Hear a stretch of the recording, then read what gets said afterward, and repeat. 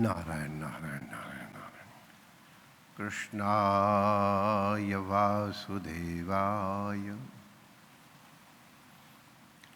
हरये परमात्मने प्रणतक्लेशनाशाय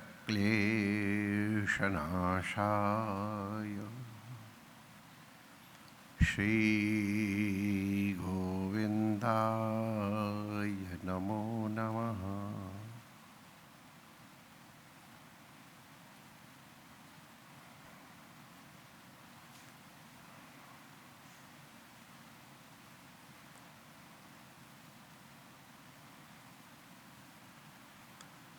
नारायण नारायण नारायण नारायण।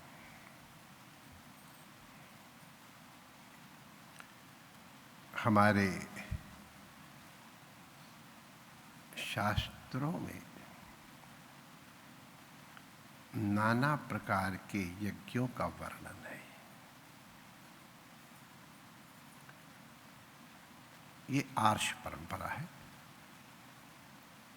उसमें एक बहुत प्रसिद्ध यज्ञ होता है जिसे सोमयाग कहते हैं।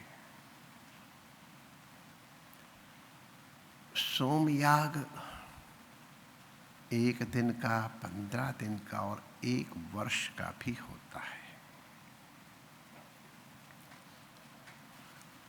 सोमलता का अभिषेक करके जो बड़ी अमृतमयी औषधि है, आजकल प्रामाणिक रूप से कौन सी वनस्पति सोमलता है ये निर्णीत नहीं है। इसलिए प्रतीक के रूप में अन्य प्रामाणिक वनस्पतियों का प्रयोग किया जाता है और उससे यज्ञ किया जाता है।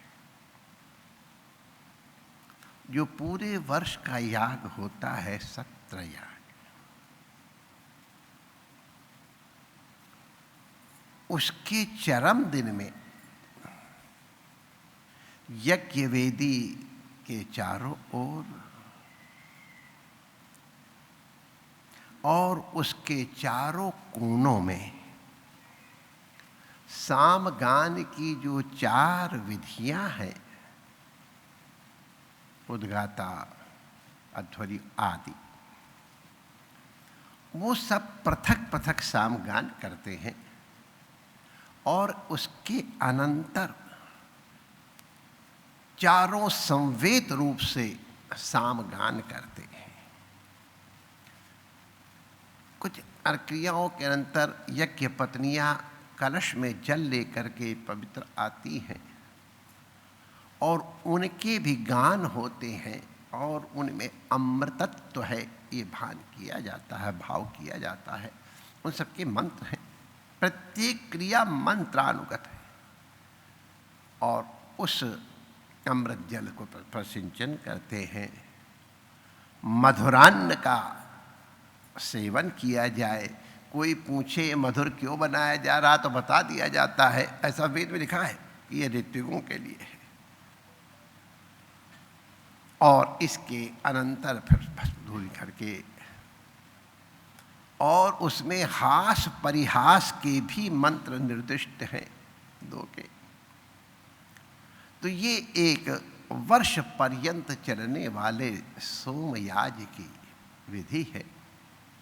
हमारे संतों ने कहा है कि उस सोमयाग की विधि का ही एक रूप ये होलिका है। जो यज्ञवेदी की अग्नि है वही होलिका की अग्नि है। होलिका को मनाने के लिए कई कथाएं पुराण में आई हैं। सर्वप्रथम तो हिरण्यकशिपु की बहन होलिका और प्रहलाद की अति प्रसिद्ध घटना का उल्लेख किया जाता है। होलिका के पास अग्नि विद्या है, वो सुरक्षित रहेगी, प्रहलाद भस्म हो जाएगा, इस संकल्प के साथ होलिका प्रहलाद को लेकर बैठी थी और आशा थी कि प्रहलाद जल जाएंगे, लेकिन होलिका बच जाएंगी। लेकिन हुआ उल्टा ही, हम लोग जानते हैं। क्या को राखे साईं, होलिका दग्ध हो गई और प्रहलाद बच गए। इस होलिका के प्रज्वलन को कुछ लोग कामाग्नि के मदन दहन के रूप में भी, जब भगवान विश्वनाथ ने तीसरे नेत्र को खोल करके मदन का दाह किया था, उसके रूप में भी कहते हैं। कई स्थल पर इसे पूतना के दाह के रूप में भी कहते हैं। और इन सबके विभिन्न पौराणिक आख्यान हैं। भविष्य पुराण में एक आख्यान है, श्री युधिष्ठिर जी प्रभु श्री कृष्ण से पूछते, ये होलिका महोत्सव क्यों मनाया जाता है, आप भी इसमें सम्मिलित होते हैं। दादा तो ये बोला है गई नथवाड़ी, ये सब काहे नाच गान होता है। तब भगवान ने एक आख्यान सुनाया कि राजा रघु, संभवतः राजा रघु के ही राज्य में एक मालिनी की पुत्री ढूंढा नाम की थी, वो बाल घातनी थी। उसके मारने का कोई उपाय नहीं, अस्त्र शस्त्र इत्यादि से किसी प्रकार वो नष्ट नहीं हो सकती है। तो राजा ने अपने विप्रों से पूछा, इसके मारने का उपाय क्या है।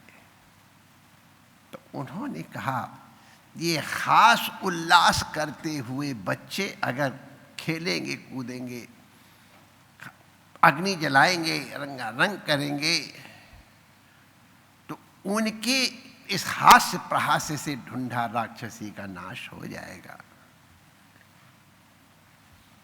तो ढूंढा राक्षसी के वध की कथा इस तरह से भविष्य पुराण में है।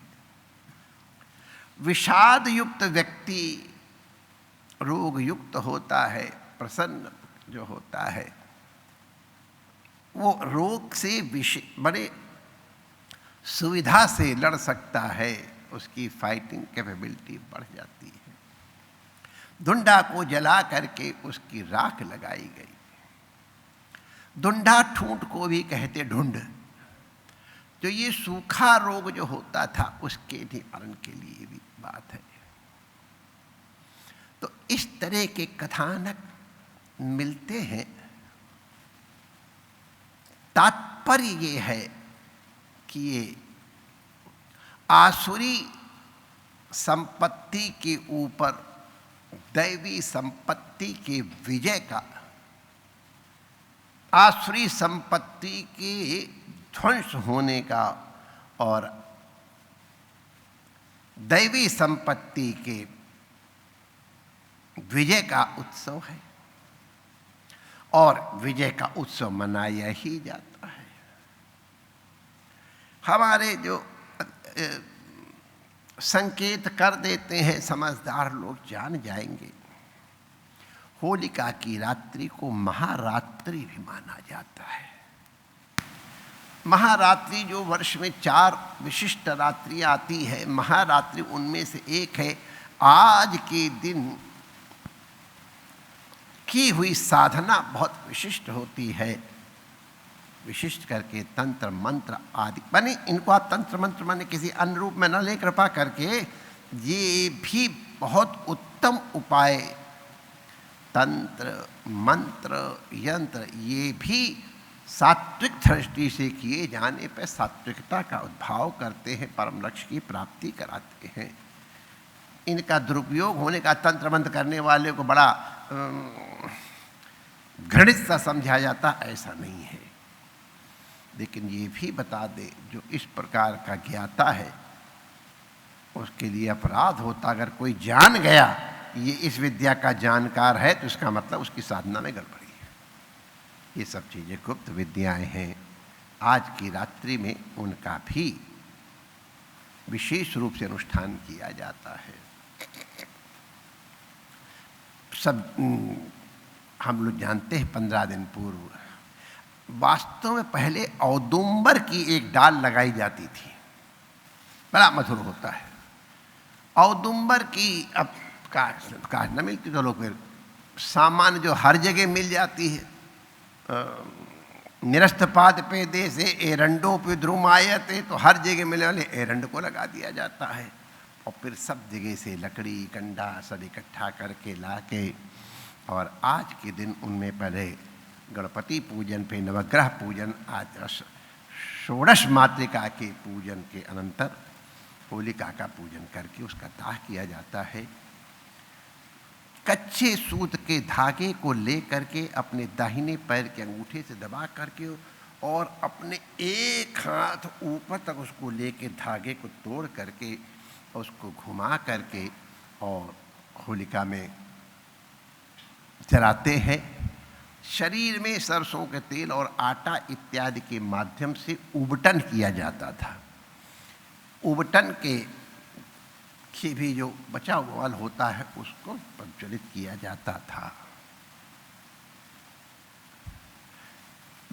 ये इसको नवान्नेष्टि भी कहते हैं, जो आज के दिन में लगभग जौ, गेहूँ, चना आदि लगभग तैयार हो जाते बीजों, उनको ला करके भी उसमें अब हवन किया जाता था, भूना जाता था और उसके भुने हुए अन्न को होरा कहते, होरा तो होरा तो होला का, तो उसका भी आज पूजन किया जाता है। इसके बाद 3 परिक्रमा की जाती है, फिर अगले दिन उसकी भस्म को उठा करके धारण किया जाता है। होली के गर्म किए हुए जल को स्नान भी किया जाता है और फिर शरीर की कांति की अभिवृद्धि के लिए केसर, चंदन, आज के दिन चंदन और आम की मंजरी को मिला करके सेवन भी किया जाता है। टेसू के रंग के साथ उसको खेलते हैं।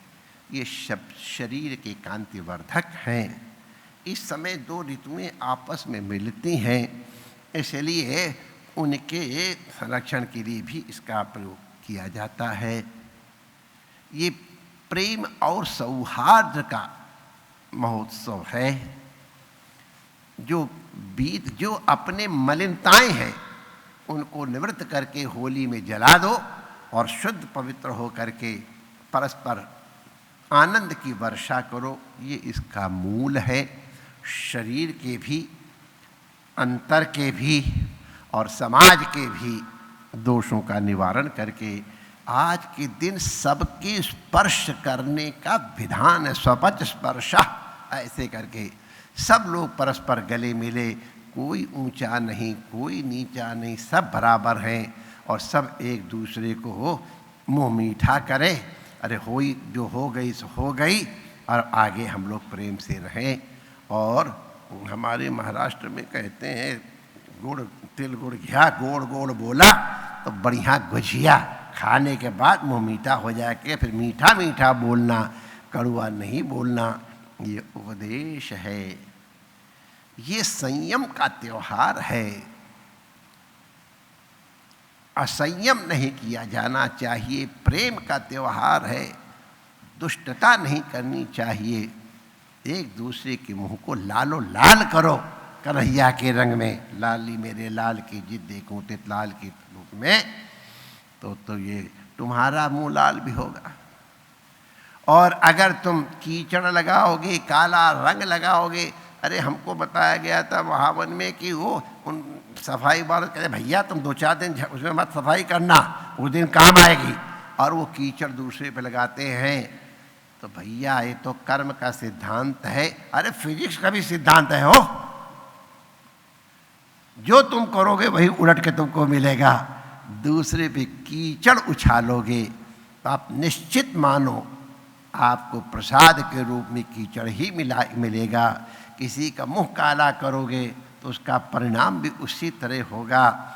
और अगर किसी को लालो लाल करोगे, उसको प्रेम प्रदान करोगे, तुम भी लालो लाल हो जाओगे। ये वैदिक यज्ञ का ही एक रूप है। इसे वैदिक ऋषियों की भावना के अनुरूप मनाना चाहिए, अपने आत्म कल्याण के लिए मनाना चाहिए, समाज के कल्याण के लिए, राष्ट्र के कल्याण के लिए मनाया जाना चाहिए। ये होलिका का वास्तविक स्वरूप है। परमात्मा आप सबका मंगल करे। जय श्री कृष्ण।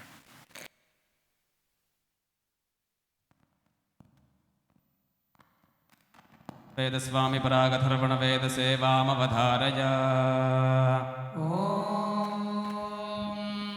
नमस्ते आदित्य त्वमेव प्रत्यक्षं कर्म कर्तासि, त्वमेव प्रत्यक्षं ब्रह्मासि, त्वमेव प्रत्यक्षं विष्णुरसि, त्वमेव प्रत्यक्षं रुद्रोऽसि, त्वमेव प्रत्यक्षं मृगासि, त्वमेव प्रत्यक्षं यजुरसि, त्वमेव प्रत्यक्षं सामासि, त्वमेव प्रत्यक्षमथर्वासि, त्वमेव सर्वं छन्दोषि।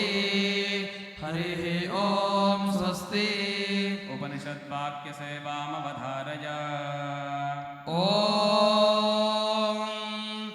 अन्नं परिचक्षिता तद्व्रतम् आपो वा अन्नं ज्योतिरन्नादम् अप्सु ज्योतिः प्रतिष्ठितम् ज्योतिष्यापः प्रतिष्ठिताः तदेतदन्नमन्ये प्रतिष्ठितम् स या एतदन्नमन्ये प्रतिष्ठितं वेद प्रतितिष्ठति। अन्नवानन्नादो भवति महान् भवति प्रजया पशुभिर्ब्रह्मवर्चसेना महान् कीर्त्या। हरिः ॐ स्वस्ति। पौराणिकश्लोकसेवामवधारय। चक्रस्थे चपले चराचर जगन्नाथे जगत्पूजिते आर्ताली वरदे नता भयकरे वक्षोजभारान्विते विद्ये वेदकलापमौलिविदिते विद्युल्लता विग्रहे मातः पूर्णसुधारसार्द्रहृदये मां पाहि मीनाम्बिके मां पाहि मीनाम्बिके। हरिः ॐ स्वस्ति। पञ्चाङ्गश्रवणसेवामवधारय। शुभे शोभने मुहूर्ते आद्य ब्रह्मणः द्वितीये परार्धे श्रीश्वेतवाराहकल्पे वैवस्वतमन्वन्तरे कलियुगे प्रथमपादे जम्बूद्वीपे भरतवर्षे भरतखण्डे श्रीनरनामसंवत्सरे उत्तरायणे वसन्तऋतौ फाल्गुनमासे शुक्लपक्षे पूर्णिमायां शुभतिथौ वासरः वासरस्तु मङ्गलवासरान्वितायां पूर्वाफाल्गुनी नक्षत्रे धृतियोगे भवकर्णे कुम्भराशिस्थिते श्रीसूर्ये सिंहराशिस्थिते श्रीचन्द्रे कुम्भराशिस्थिते श्रीबुधे मीनराशिस्थिते श्रीशुक्रे वृषभराशिस्थिते श्रीभौमे मीनराशिस्थिते श्रीदेवराजगुरौ कुम्भराशिस्थिते श्रीशनैश्वरे मेषराशिस्थिते श्रीराहो तुलाराशिस्थिते श्रीकेतौ एवं गुणविशेषणविशिष्टायामस्यां शोभातिथौ अस्माभिः आचरित